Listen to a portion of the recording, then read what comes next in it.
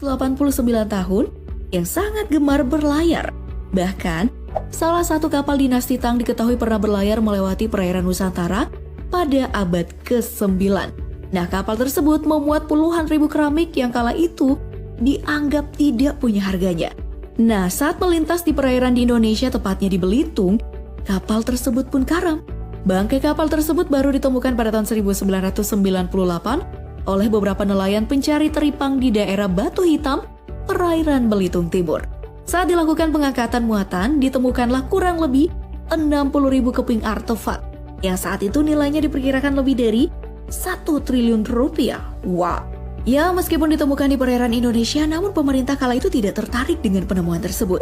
Selain tidak sesuai dengan kebudayaan Nusantara, biaya pengangkatan dan pemeliharaan harta karun tersebut sangat mahal, apalagi di tengah krisis moneter. Alhasil, semua harta itu diambil Singapura, dan kalian tahu, kini masih dipajang di Asian Civilization Museum. Sementara Indonesia hanya mendapat bagian 2,5 juta US dollar atau sekitar 35 miliar rupiah. Duh, sayang banget ya.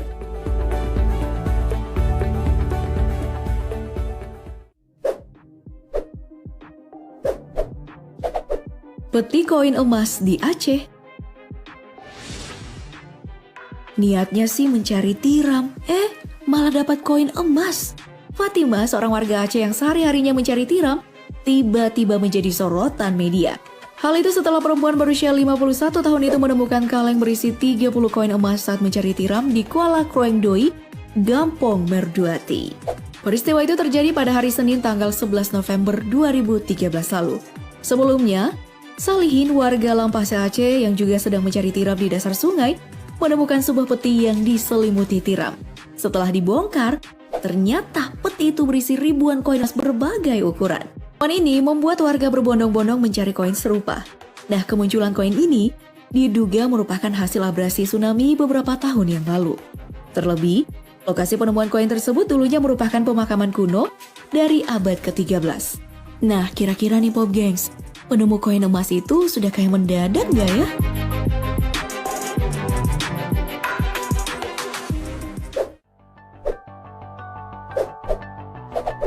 Harta kerabat Nabi Muhammad.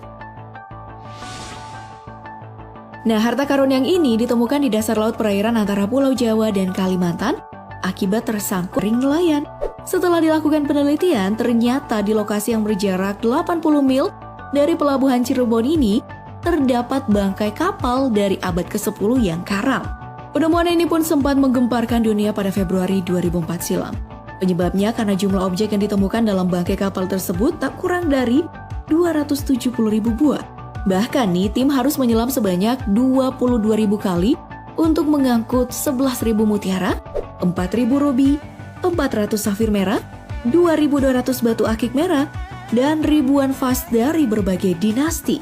Dilansir dari liputan6.com, di antara harta berharga yang ditemukan ini terdapat potongan batu permata besar yang konon milik dari dinasti Fatimiyah. Nah, dinasti ini merupakan keturunan Nabi Muhammad SAW.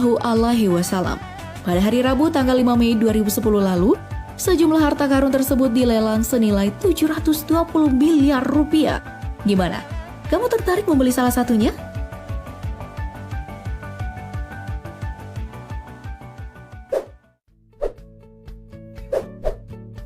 Harta karun dari kapal Titanic. Jangan salah sangka loh, ini bukan kapal Titanic yang menenggelamkan Jack dan Rose bersama 2.224 penumpang lainnya. Namun, karena bobot kapal ini mencapai 1.000 ton dan ukurannya 50 x 10 meter, sehingga kapal Texing ini pun dijuluki Titanic. Nah, pada tahun 1882, kapal yang mengangkut ribuan porselen tersebut melakukan perjalanan di Laut Cina Selatan. Di tengah perjalanan, kapal tersebut menabrak karang di Selat Gelasa, Bangka Belitung hingga tenggelam. Barulah pada tahun 2010, atau 188 tahun kemudian, kapal tersebut ditemukan oleh Michael Hatcher, seorang pemburu harta karun berkebangsaan Australia. Hatcher bersama timnya menemukan sekitar 1 juta potong keramik dari abad ke-18 dan 19, sejumlah meriam, barang-barang kuningan, perunggu, jam saku, wadah tinta, dudukan lilin, pisau lipat, dan uang. Harta karun tersebut nilainya ditaksir hingga 30 juta US dollar atau setara dengan 421 triliun rupiah.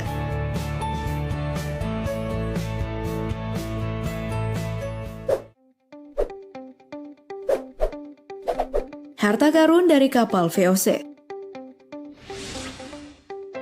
Harta karun yang satu ini ditemukan juga oleh Michael Hatcher. Bermula pada tahun 1975, saat ia menemukan dan mempelajari sebuah dokumen VOC.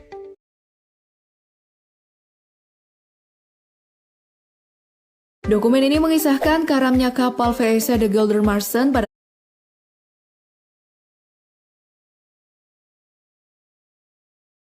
tahun 1751.